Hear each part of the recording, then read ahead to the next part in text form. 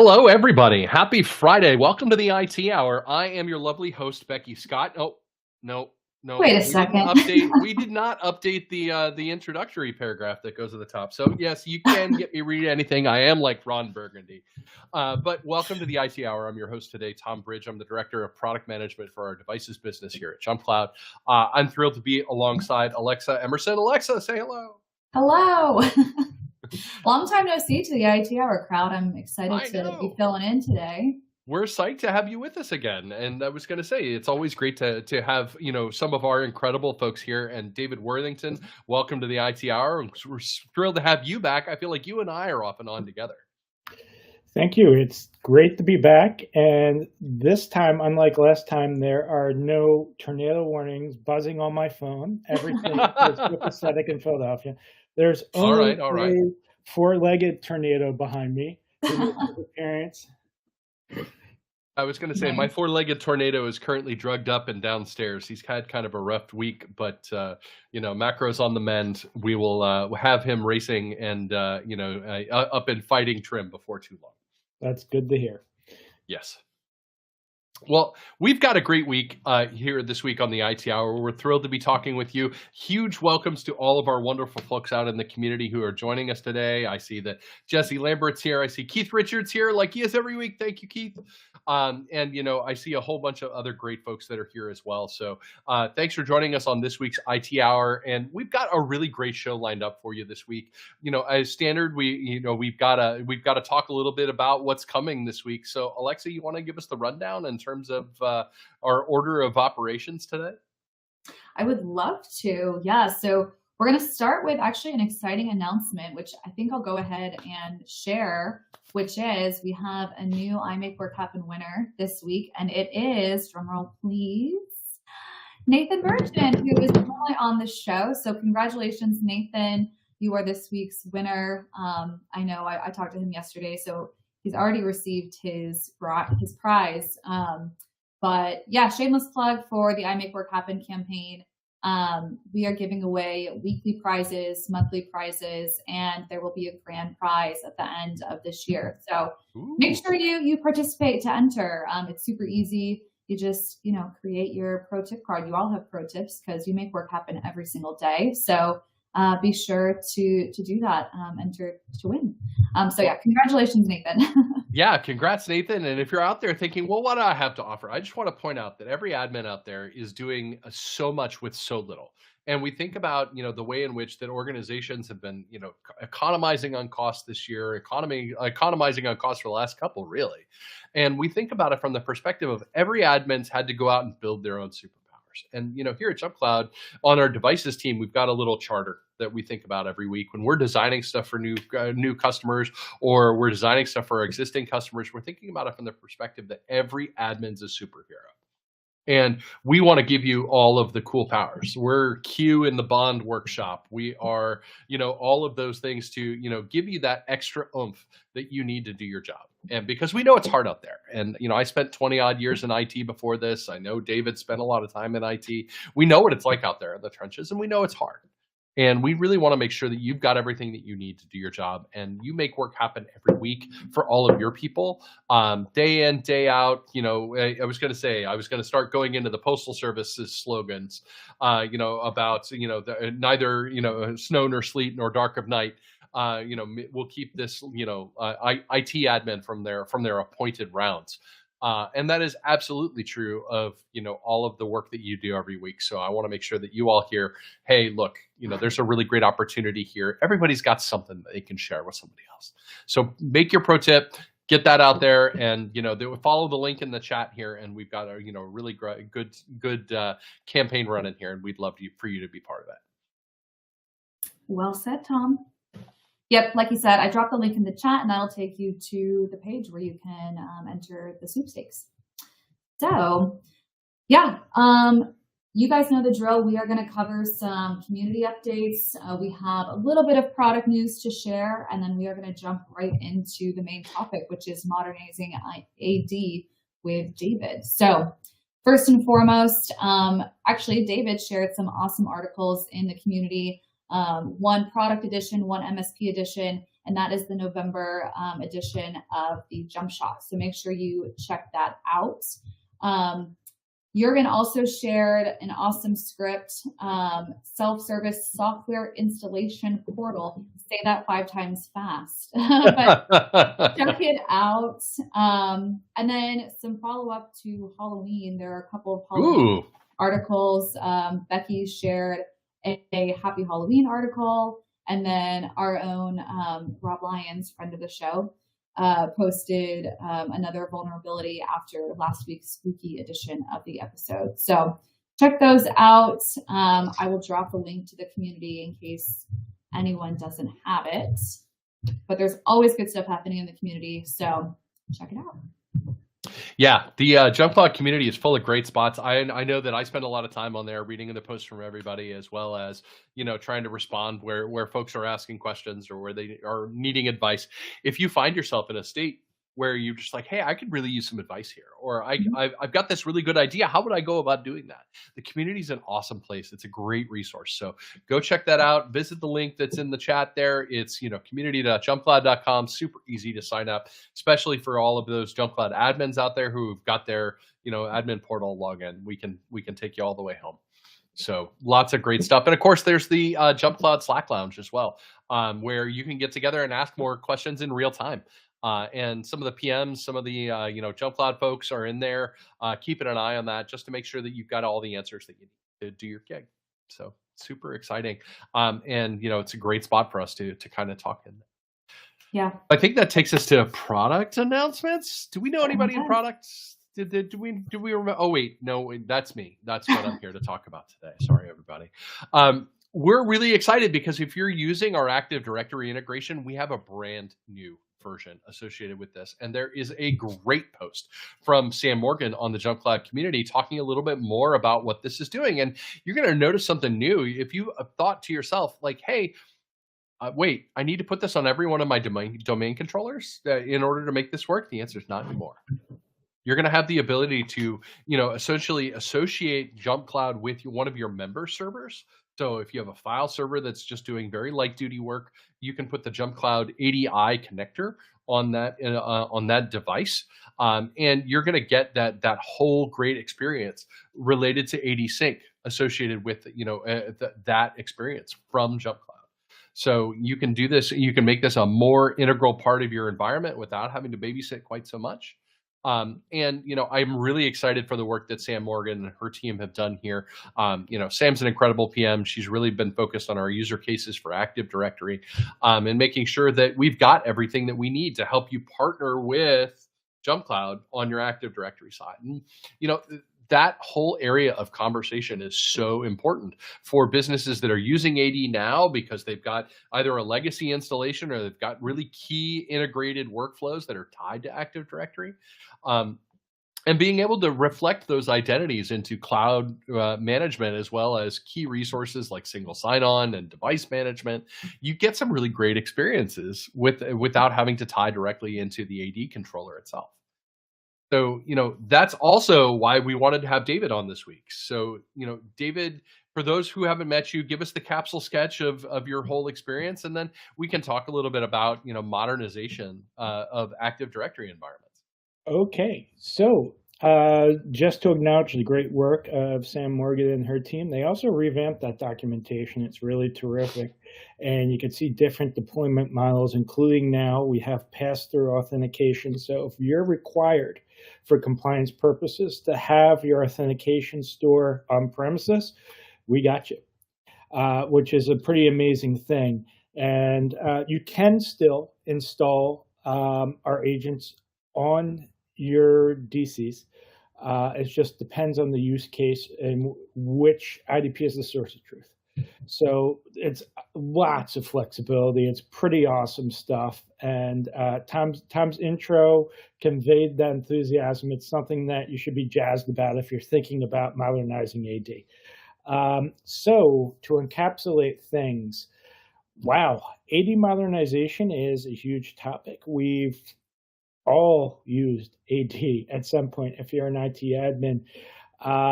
ran into a few instances where there were some suspect service admin accounts, very live and let live, zero policies, no GPOs on anything, and have also seen some installations that were, your hardcore red forest and using ATA, the advanced threat analytics, and all that good stuff. So yeah, the point is AD is pretty well baked in, and Microsoft acknowledges that now, but it also has changed. If you look at what's in Microsoft Press, if you look at what's out there in Microsoft Learn and what the PMs are saying on LinkedIn, believe what they're telling you. The message now is that AD is baked in, but it's a legacy product that needs to be secured and protected. So what does that mean to you all? If you look at the reference architecture, if you take a look at the privileged access model now, if you look at RAMP, the Plan for Rapid Modernization from Microsoft, they're all in unison. All the stuff that was discussed long ago, ages ago at TechEd, when there still was a TechEd, is now it's now materialized. So it's time to start thinking about what it means. So I had mentioned ATA, right? Advanced Threat Analytics. I mentioned that fancy red forest configuration where there's a logical separation for the administrators. Well, now it's all about, according to the very prescribed plan that we're receiving, using conditional access through Entra ID and managing devices as well, managing those endpoints.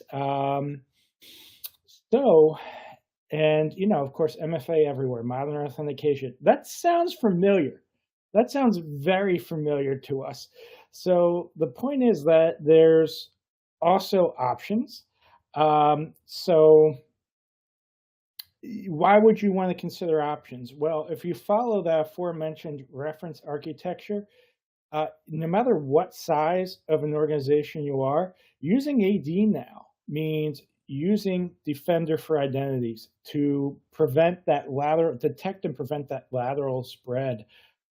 Stuff like, my brain's not working today, Kerbo blasting, whatever, Kerbo casting. If you're running it in AWS, Defender for servers, it's recommended by default, if you look at the reference architecture, we don't always, that you're using Premium 2 of Entra because you need identity protection. It's, account compromise here can be in a compromised account there, and it's not good. It's all one big stack. So ATA is going away. It's nearing end of life. The traditional PAM product, that's also going away. Not to say that's immediate, but it's all approaching end of life. There are dates, probably with a few exceptions. So basically, if you're using AD, the message is, great, keep using it, but we're going to sell you a lot of stuff to secure it, and sell you a lot of stuff to have that appropriate posture. And really not everyone can afford to take that all on. Having worked with many of those products, they can be terrific and do a lot for you, but you have to have the staff and resources to do it. Sure. And it's really a long-term obligation. Well, So, looking at, some of that, you mentioned the reference architecture, the Amazon, or excuse me, the Microsoft Entra, MCRA. yeah, the MCRA. And I was going to say, I found a link. I'm going to throw that in the chat for those folks who aren't familiar with the reference architecture. Can you tell us a little bit more about what's structured in there in terms of how they see that? Well, I hope you like PowerPoint because it's pretty huge. It's expensive. I like PowerPoint. But you can learn a lot from it, and really the security architects at Microsoft that put it together, kudos to them and the work that they've done with the open group and showing their work, so to speak. We want to acknowledge people that improve the industry and the state of doing things. But Microsoft's not the only folks who can provide that type of model. It's just that the reference architecture delves into all these other products that are suggested and have a lot of interdependencies. Mm-hmm. For instance, if you're using Defender for servers, I believe, you won't get full telemetry for server threats unless you're also using Microsoft Defender for endpoints. Mm. So it's a big puzzle, very interconnected. Yeah. Well, and I was going to say, there's a lot going on there in terms of that infrastructure. How does Jump Cloud change that? How does an organization that already has like an on-prem Active Directory, you take that in a direction that is simpler than this reference implementation? Because I take a look at the diagram that's listed there, and I'm seeing like, oh man, there's a whole lot here that I am going to have to care for all myself. So talk to me a little bit about how partnering with an IDP and device manager like Jump Cloud is going to help. Well, reading all that is probably why I have glasses now. Okay, so really one of the simplest thing in terms of guidance that if you're a Microsoft shop, you may have seen is RAMP, the Rapid Modernization Plan. And key to that is having a cloud IDP. Jump Cloud's also a cloud IDP, and using ADI, Active Directory Integration, which we mentioned has been really enhanced terrifically. You can support a lot of different deployment models, and we offer conditional access. We have integrated unified endpoint protection, including now, well, as of this month, we're also be able to support more corporate-owned Android devices as well, correct? So it really completes the picture, which is pretty awesome. So we have all those things. We have Jump Cloud Go, which together with stuff like Windows Hello and on the Mac world or Apple world, Face ID, really provides a wonderful hardware-bound credential that's phishing resistant and simpler versus many components. So you get that security, and from the IT perspective, it really brings it all together in one place. So we hit on those points. And for many organizations, that's a terrific win. You could buy a lot of stuff, but if you don't implement it, that's not security. If you're not able to have MFA environment-wide, for instance, that's a problem. So with Jump Cloud, an SME would be able to follow that RAMP model, but actually do it with the team they have, with the people they have, with the resources they have. We also offer some help. We have some great professional services and folks that will help you get started. But really, you're not going to be having dedicated vendors, which is a suggestion from our friends in Redmond, to help manage the automations and integrations of all those various products. So it's more approachable in many ways, and it could be a better solution for organizations that are looking to modernize AD. I hope that answers your question. I think it does. I think that there's another really interesting thing here, because I think that there's really three pathways here for any organization that's using Active Directory today. You can, take it out of your system, migrate your entire data structure from Active Directory to a directory like Jump Cloud, handle all your device management, do things like that. There are some organizations where that makes all the sense in the world. What about the organizations who maybe customize software based on Active Directory? What about organizations that may have longer term needs that require them to stay on-prem AD? How can they make adaptations to their environments to make them more modern while not having to give up everything they have? Well, we focus on different personas. I'm also I primarily live in the marketing world, and for a while, the message was, AD, that stinks. Let's all use a cloud directory. But we realize that the things that you just mentioned are very real, and many times IT folks don't get to choose; they inherit the infrastructure that they have. So you're able to say, once you get users into Jump Cloud, into the cloud directory, you could manage your devices. You could manage access control for web apps, or use Radius or LDAP for your network devices with MFA, and still keep all that stuff in the AD world. We provide different models. One would be where it works in the Microsoft world. You'd think of password write back, where the cloud is the source of truth. You have to buy a premium tier of Entra ID for that. We provide that through ADI.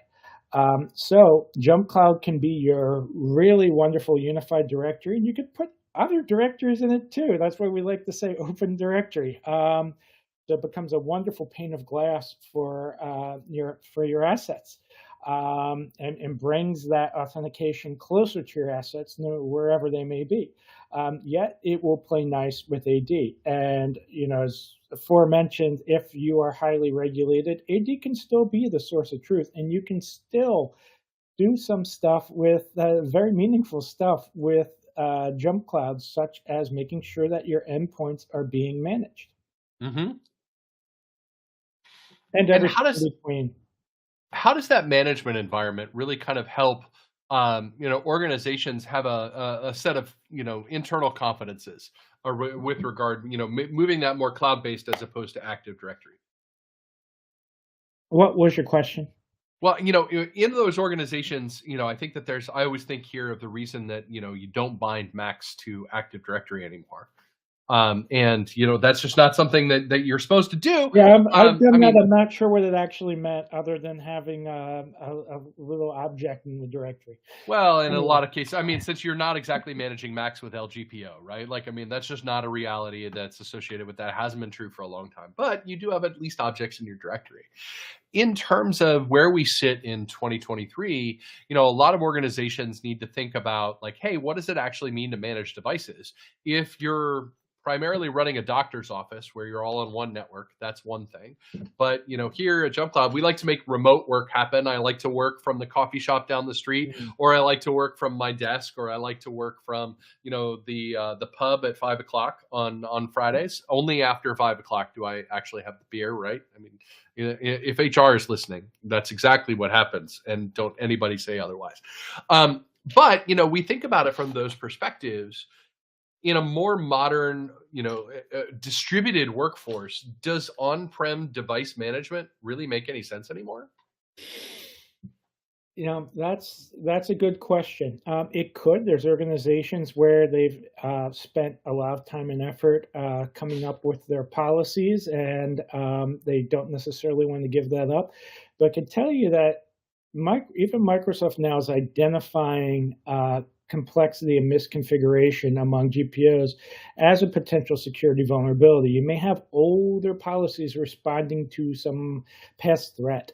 And unfortunately, changes are made, and they could be breaking changes that create vulnerabilities somewhere, somehow. So moving to a more modern approach, Windows MDM, which Jump Cloud offers, does make a lot of sense. Even Microsoft's moving that way. They've got tools within Intune that will analyze your GPOs and sort of map them to what's happening in Intune. So we have some great policy templates already. There is much more to come. Don't want to let those cats out of the bag yet. But having a security baseline for your device, whether it is Windows, Mac, Linux, Android, iOS, is vitally important, because going back to that open group reference, that's very important work. You assume breach. What does that mean? It's an open network. So if your devices aren't being managed, do you really want those devices, especially for privileged access, accessing some really important resources? The answer should be no.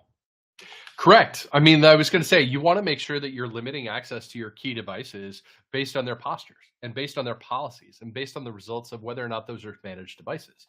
I think here all the time about our conditional access policies here at Jump Cloud, and how we want to take a factor like Jump Cloud Go which for now just tells us that the device is present in JumpCloud's environment, is managed by an MDM, not necessarily our MDM.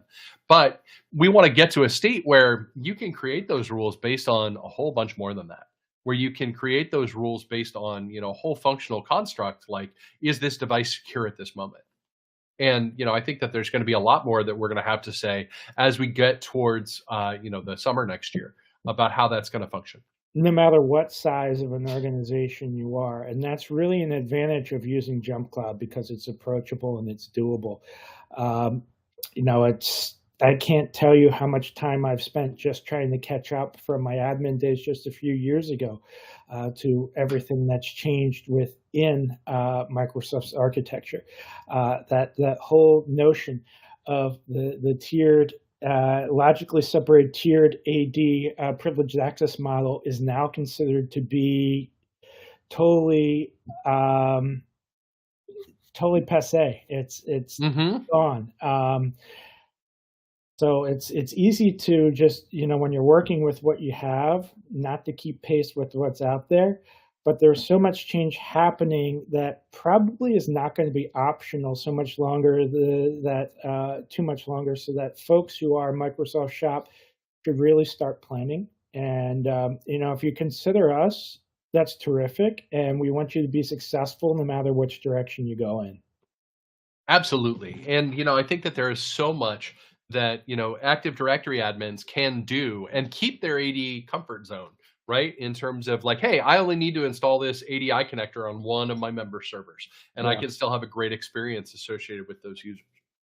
And there's so much that we can offer in terms of like extending your Active Directory out to the cloud without having to go down the Entra route, without having to go into those reference architecture diagrams that make your eyes bleed, without having to go down to that spot. And I think that JumpCloud can be a huge help here. And, I think that organizations that are looking to modernize their Active Directory environment can, take a look at that. And of course, we'll find some links here for, we recently did a webinar, Sam Morgan and Roger Bright and I, on modernizing Active Directory. That was a good one.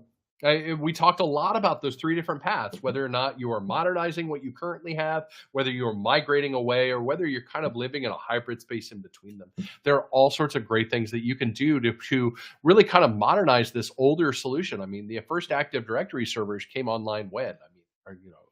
And we got multi-domain support. We've had that throughout the year, and some folks may not realize because you're not living in the JumpCloud universe like we are, but that's an important point for modernization and to have migration paths. Yep, for sure. And it's funny because Kelly, who is out there, hi Kelly, it's good to see you. She points out like, hey, one of the biggest misconceptions of small to medium enterprises is we're not big enough to need security like that. Well, I always go back to some really good advice I got in Scouts, which is you don't have to be, if you and your friend are out there walking in the woods, you don't have to be faster than the bear. You have to be faster than your friend. And while that's a little bit dark, it is definitely better than getting eaten by a bear.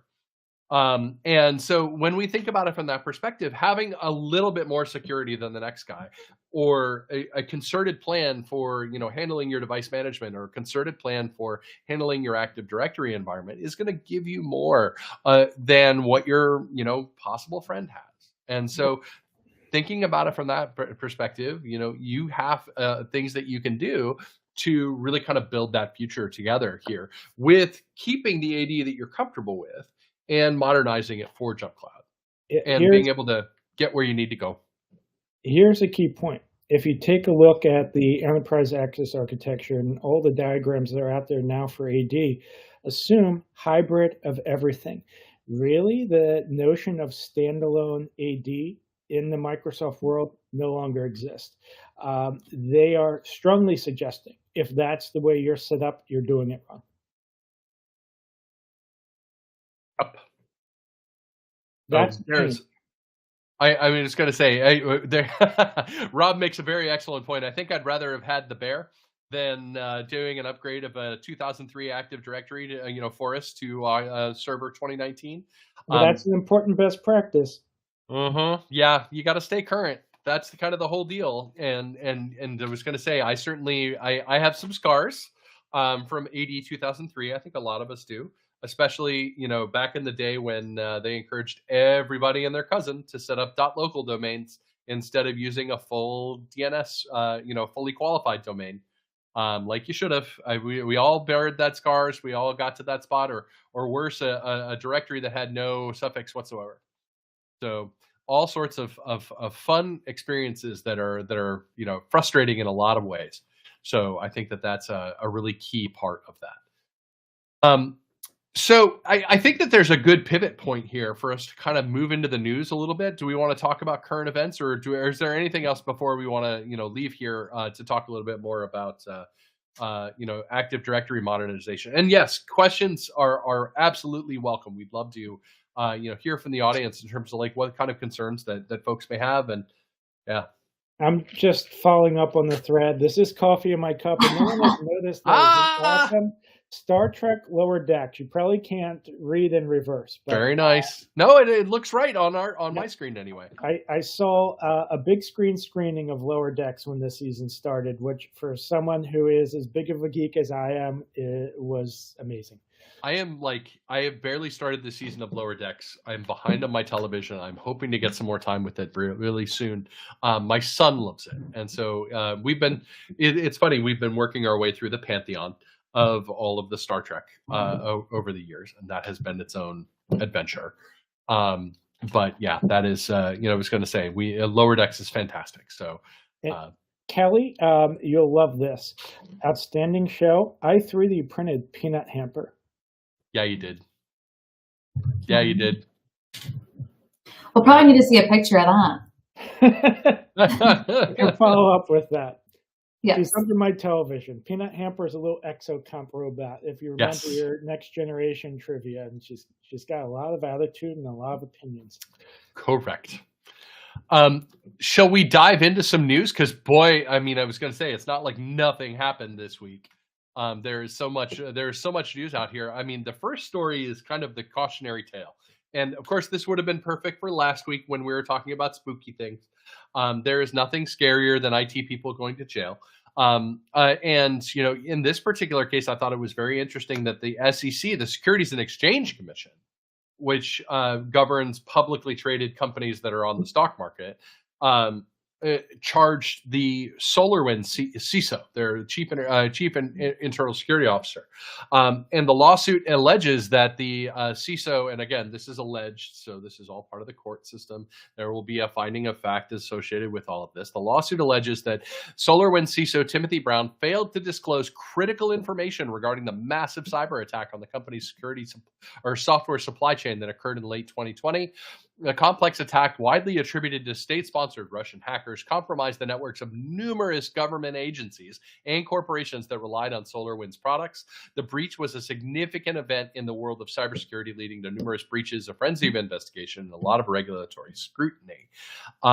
This is scary, right? Because this is one of those hey, the stuff that you do at work, if you maybe aren't paying close attention, or maybe you're not telling the truth, or maybe you're not doing things within key best practices, or if you're trying to downplay your own responsibility in a lot of these things, can lead to future consequences, which is scary. So David, what's your take on coming at it now 3 odd years later for the lawsuit's still coming?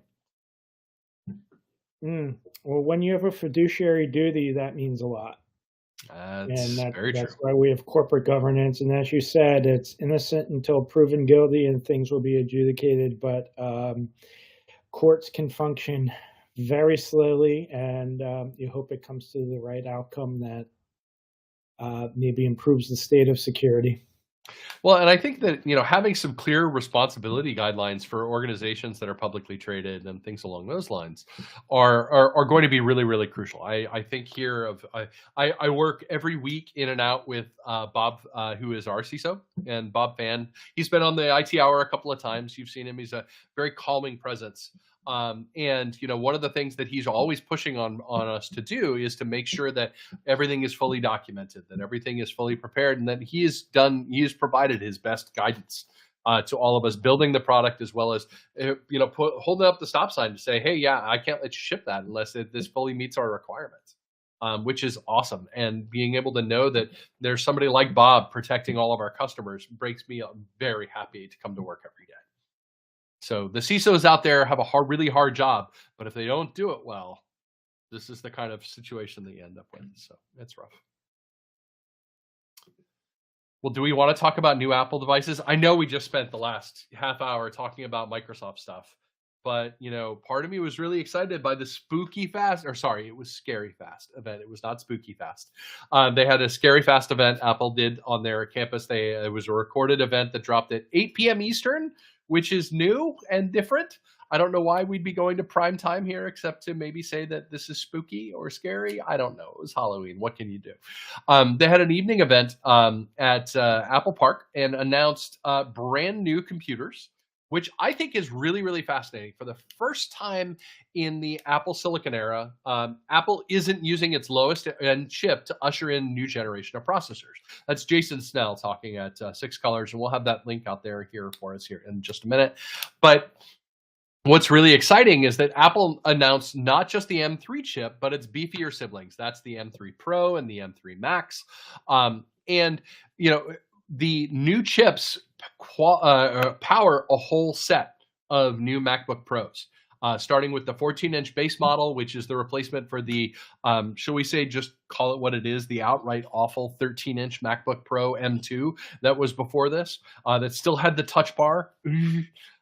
But RIP the touch bar. We will not miss you at all. Please do not collect Go or your $200 or pass Go.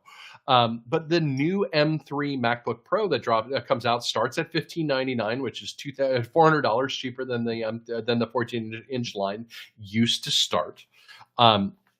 We see, really beefy products here on the M3 Pro and the M3 Max, which power the middle and upper tiers of the 14-inch and 16-inch MacBook Pro.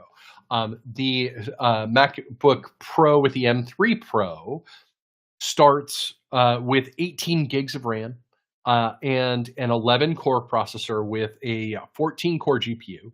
There are price points every $100, so that if you just want a little more memory and a little bit more processor, or a little bit more processor and a lot more memory, there's configurations for all of the money in your wallet, and all of the money on your credit line, and all of the money in your home equity line of credit. I'm just saying, I may have gone out and priced out some of the M3 Pros, but as someone who has a nearly 4-year-old MacBook Air as my personal daily driver, I was really excited by this set of changes. And of course, we get it in a brand new color. We get it in spooky space black. Which is not really black. It's blackish, I guess, it's black adjacent. It's darker than the previous space gray. So I don't know. Those of us who remember the MacBook that came in black, in the black polycarbonate case, there was a huge that machine had a huge following. I remember I had one. This was a very long time ago now.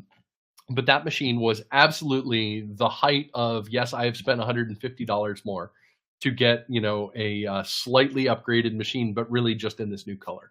And that's where we are 100% at with the new Space Black MacBook Pros.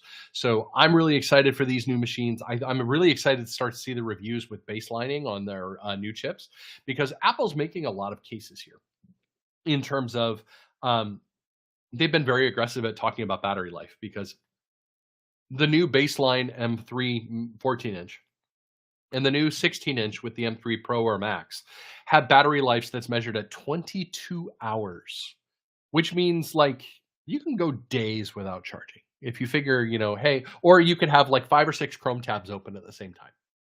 I'm joking here, because our friends at Google are not always the most energy efficient with their Chrome browser. But the later builds now have much better tab management.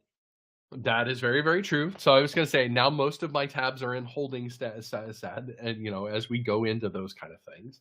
But if we look at this, there's a huge amount of extra performance that's associated with this. These machines are 15% more efficient per watt than the M2 machines were that came before that, and 40% more efficient per watt than the first generation M1s, which means the battery life that they've got is just wild. I was going to say, I think here of my beloved M1 Pro, which is the machine that our wonderful IT person Ryan got for me. And it's now 2 years old. And I'm not asking Ryan for a new one yet because I hardly ever use it off of its battery.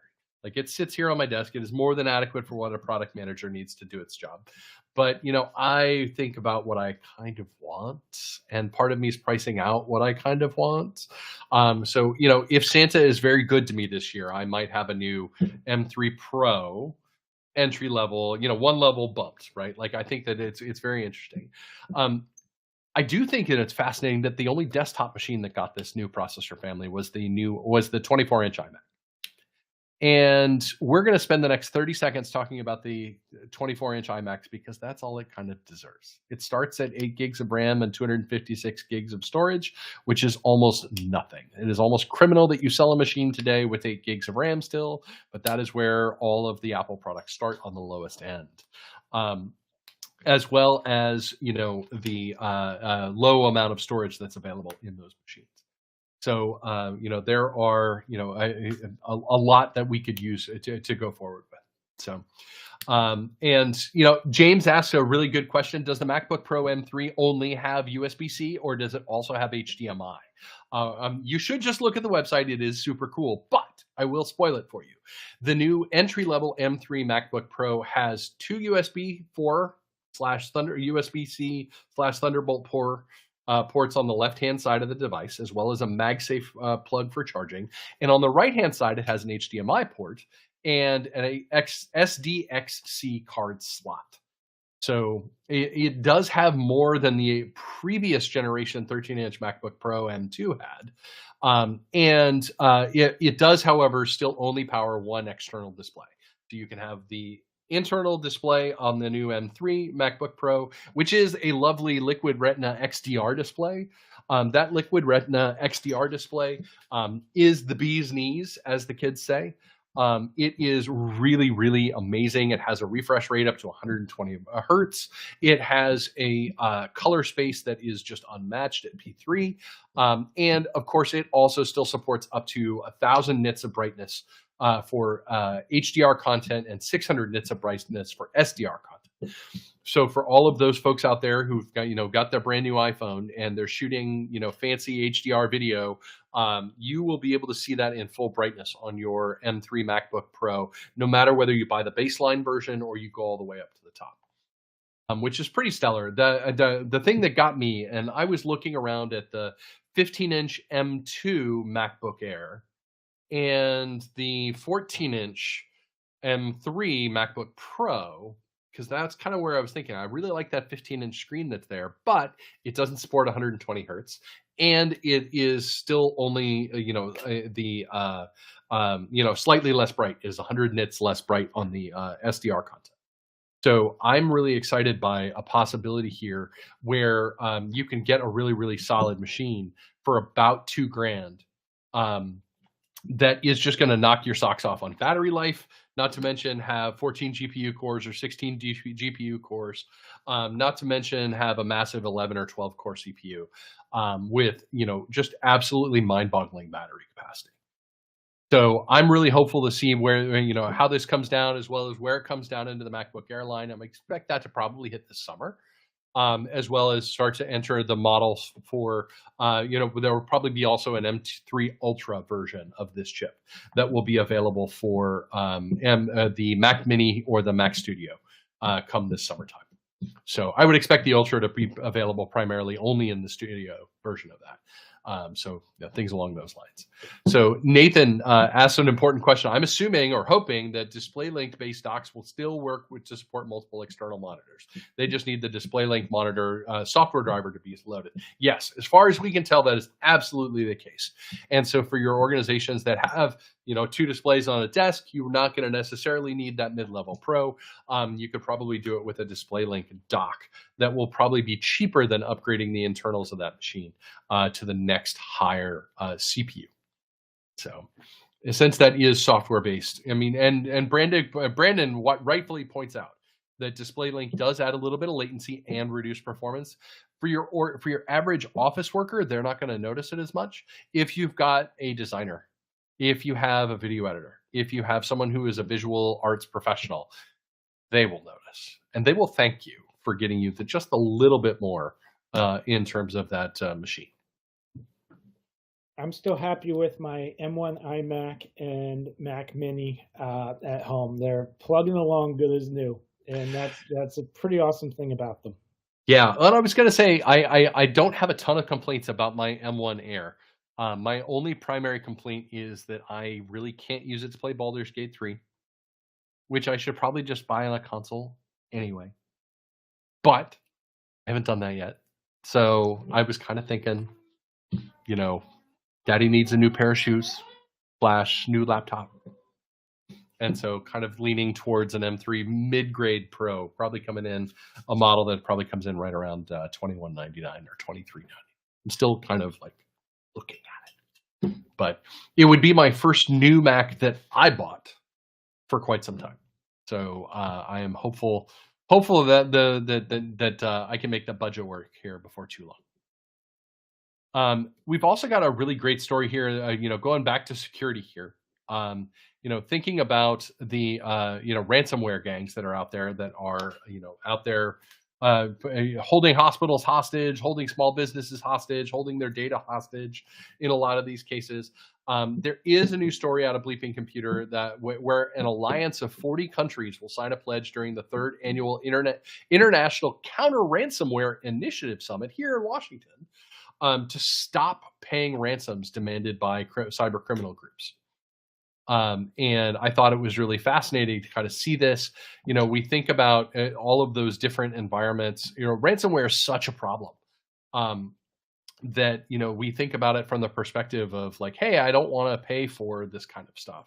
I shouldn't pay the terrorists for giving me the encryption keys. That just makes this a protection racket in a lot of cases. And so this was definitely a hard won fight for the Biden administration, who really found it incredibly difficult to get the countries associated with the International Counter Ransomware Initiative to all sign on to stop paying for these kind of things. And this is a place where there's a huge amount of risk for your organization, and having to pay ransomware. Folks to get it back just feels like you're paying a dishonest group of people and hoping that they do an honest thing. And don't come back for more. Yeah, and I just can't see it, totally happening here. So yeah, I was gonna say I'm looking for a list of those countries that are associated with this. I'm not finding it off the top of my head. But I was gonna say, David, how do you generally see the ransomware market here in terms of how different groups recover from these kind of attacks? All I can think back to is when my brother and I bought our dad's business years ago. And if we weren't shipping product out the door, we weren't making money. And we weren't of the size where we could afford to just not operate. So that kind of informs my opinion when I see headlines of small businesses being targeted more and more. And unfortunately, we're not seeing a lot of the administrative and technical controls that would help those organizations. That's one of the reasons, here's another Jump Cloud plug, why Jump Cloud Go is so exciting. Of course, you got to manage those machines first, but that's it. All comes together, and it would be great to no longer see these types of headlines. Absolutely. And the same group that's meeting here in Washington this week also outlined a data sharing policy within that group to try and find more of these attackers and isolate them and impose sanctions on their environment. figuring out the scale of this environment is really, really hard. And if you can't do it, if you can't work together on this. So there's also a data sharing initiative that's associated with that as well. That's kind of exciting. Yeah, CEO fraud and business email compromise are just spiraling out of control now. So this is, while we keep talking about this all the time, it's just it's still out there, and it's still having a real impact on real people. And for many people, your business is your asset. You put everything you have into it, and who's the bank going to go to if the business fails? So this is real. This is real people, and it's something to really appreciate, that we have to do all we can to protect small businesses. Well, I was going to say, if Nona made an appearance, I figure Charlie should as well. So Charlie can say hi. Hi to everybody. You can say hi. It's fine. You can come show up. It's fine. Everybody can say. Charlie has no school today, so he is mostly here. He is trying to get me to install an Xbox game on the Xbox forum. But you got to let me finish up for another 5 or 10 minutes, okay, bud? All right. Who's Nona? Nona is Miss Alexa's cat. Wow. So Charlie has been keeping an eye on Macro as he is convalescing today. So is he allowed to watch Lower Decks? Well, yeah, absolutely. So yeah, I was going to say we've definitely watched some episodes together. So also in the news, injustice facing news, injustice being done facing news, and now we can no longer say allegedly. But yesterday evening, the jury in the Sam Bankman-Fried FTX trial here in Washington finished up after just 4 hours of deliberation. Sam Bankman-Fried was found guilty on 7 counts of wire fraud, conspiracy to commit wire fraud, and conspiracy to commit money laundering. Are you telling me that crypto might have money laundering associated with it? Anyhow, he is due to be sentenced in March of next year and faces up to 115 years in prison. Please take into account the fact that those counts of years are often not consecutive, not counting first time criminal offenses. Don't expect a sentence anywhere near like that. I always point at the social media account of a lawyer named Ken White. He is a criminal defense attorney that specializes in federal cases and talks a lot about this on his podcast, which is really great. It's called Serious Trouble. You should all listen. He makes free episodes available all the time. He talks a little bit about the federal sentencing guidelines in terms of how these things will work out. My expectation is that, he's not going to get 115 years, but he's not going to get 5 neither, especially due to the size of this criminal fraud case. It is definitely a place where this is not the only trial that he is facing. There's another trial here associated with FARA violations and a couple of other things, which is wild. So yeah, I was going to say it's tough to see, the crypto marketplace kind of go through the winter that it's been through. But I'm not at all shocked in this particular case, because if you don't, behave the way you're supposed to with people's money, guess what? That's where the courts come in. So I also want to call out, and we can pour some out. I was going to say I'm now out of water. I can't pour some out for it, but we can pour some out for Windows CE, Microsoft's stunted middle child, Wince, that reaches end of support after 26 years. It was a good concept. It was certainly a run. I'm not going to call it a good run. I don't have any fond memories of Windows CE. But the compact edition of Windows that was intended for, palm top usage, I saw it a lot in industry devices, industrial devices for handheld usage. It was, Windows Phone 7, but not Windows Phone 8. And then it was an embedded Ghost. Its parents never seemed to know what to do with it after it grew up, beyond to offer it for anybody to shape it into their own image.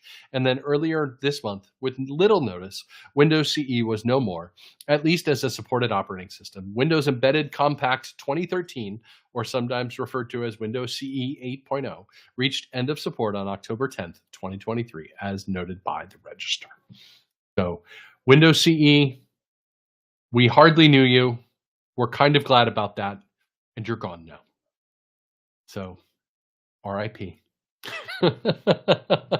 David, did you ever spend any time supporting Windows CE devices? Absolutely not. We had some embedded devices that were OT, but they were Linux and an old Windows XP machine that we just kind of air gapped. And if I had the budget, probably would have thrown in another firewall here or there. But it's Brandon makes an excellent point. Windows CE is the only phone you can play Age of Empires on.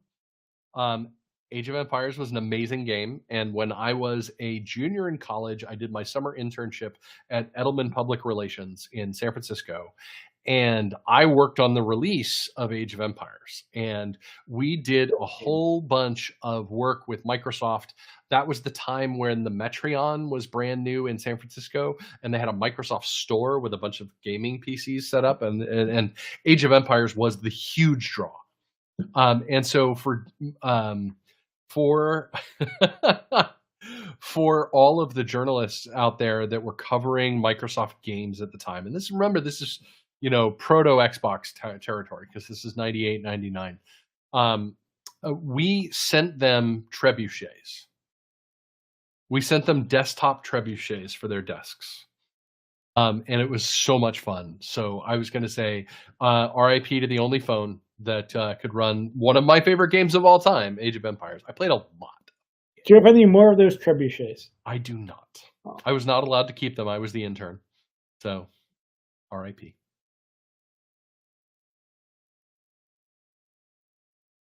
So it's been another fine hour here on the Mac Admin, or excuse me, gosh, I went straight into my other show.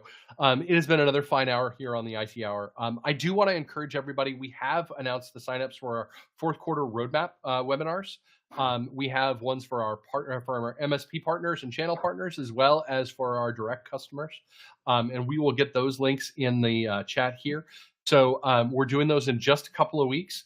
Chase Doling from our product strategy team is going to be leading those. He's amazing. And he always has a great look in terms of what's really important here. The date on that is November 14th at noon Eastern, 9 Pacific. That is also 5 p.m. GMT, 6 p.m. in Central European time. And if I'm doing my math correctly, that should be 7:30 p.m. IST. So we'll be really excited to talk a little bit about everything that's coming out between now and the end of the year here, which is federated device identity management, zero-touch enrollment for Android, as well as some advanced policies for Android management solution, enhanced organizational security policies for consistent and comprehensive protection of your valuable IT resources, as well as background tools, and talking more about the background tools release that is due out just any day. So please come join us for that webinar. That will be again in just under 2 weeks. And we'll be really excited to tell you everything that's going to be out ahead of Christmas. And check out our community post for Jump Shot this week. One thing we didn't discuss was some self-service user enrollment, device enrollment, which is pretty awesome time saver for admins. Awesome. Well, thank you, everybody. It's been another great episode of the IT Hour. Alexa, David, thank you so much. It's been such a joy. Becky, we'll see you next week. Farewell. And I did just want to plug, we talked a lot about Sam Morgan. She's incredible, and she will be on the show next week. So make sure you tune in. Yep. Come see Sam. She's my favorite. Sam's pretty awesome. She's great. All right. Thanks, friends. We'll see you next time. Take care, everyone.